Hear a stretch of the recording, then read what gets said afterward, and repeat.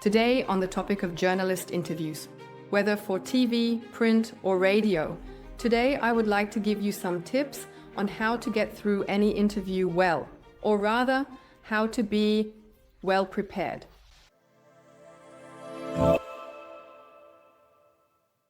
If a journalist calls you and you happen to be directly on the phone, my first tip would be to buy yourself some time.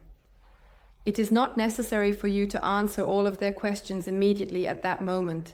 Instead, first ask them for which title, for which medium they are active, what topics they usually report on, how they came across you, what the background is, and whether there is a deadline for this contribution.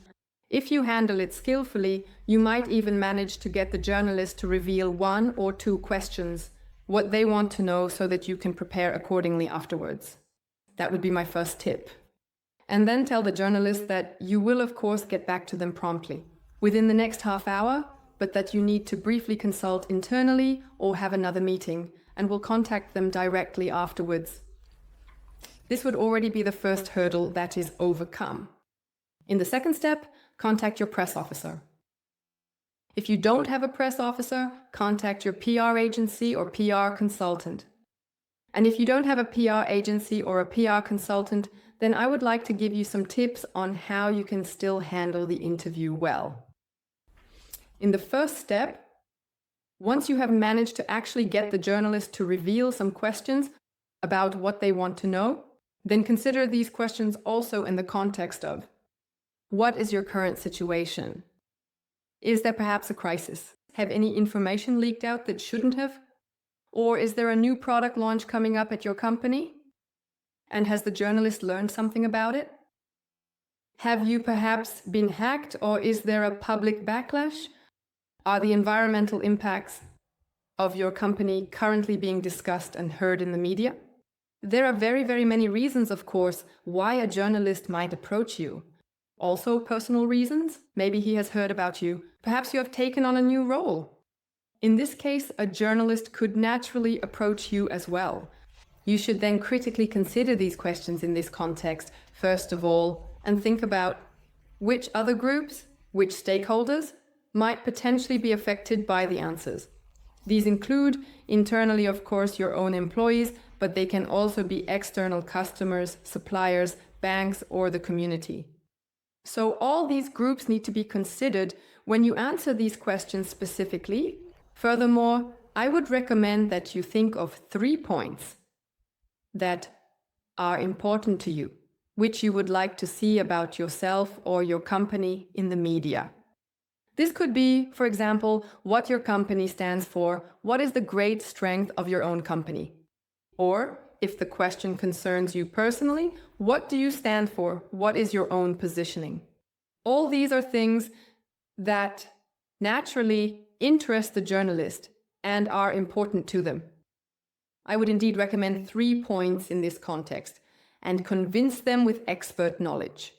The journalist has approached you for a specific reason, because they want to know something from an expert like you. Therefore, score points with your expert knowledge. This creates authority and gives you competence externally. And a very important point is also to anticipate questions that the journalist might have during the conversation. This is often the most difficult point, but I would like to give you some tips on how you can still manage the conversation. You probably already know the 6 questions. These are what, why, who, when, where, and how. If you prepare these 6 questions accordingly, then you are actually prepared for any conversation. And I would also like to tell you in what order the journalist will usually ask these questions. Because journalists have a certain peculiarity. They very often ask very similar questions. I would almost bet that the first question the journalist will ask you is, what? What happened? Because he has heard something. Either there was a shitstorm, as we discussed, or information about a crisis has leaked out, or a new product is on the horizon. So he first wants to know what happened. And after that, he will naturally want to know why it happened. Why did a shitstorm happen? Why were you hacked? Why do you want to launch a new product? Or why is there possibly a management change coming up? That should be the next question you should prepare for accordingly. Always under the premise of which other documents are affected by this answer. Consider the stakeholders, what impact your answer has on these groups as well.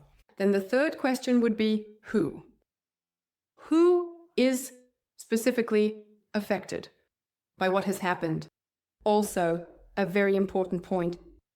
And then I would assume that the next questions are, when did it naturally happen? How did it happen? And where did it happen? So you should prepare for these 6 questions accordingly.